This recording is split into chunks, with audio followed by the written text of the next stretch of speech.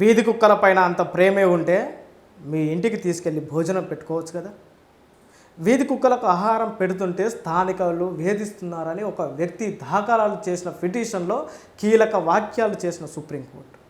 అది వీధి కుక్కలకు ఆహారం పెట్టే బాధ్యత సంక్షేమ సంఘాలకు, అపార్ట్మెంట్ ఓనర్లకు ఉంటుందని, వాటి వీధుల్లో ఆహారం పెట్టేందుకు ఫీడింగ్ పాయింట్లు ఏర్పాటు చేయాలని అలహాబాద్ హైకోర్టు పిటిషన్ దాఖలు చేసిన నోయిడాకు చెందిన వ్యక్తి.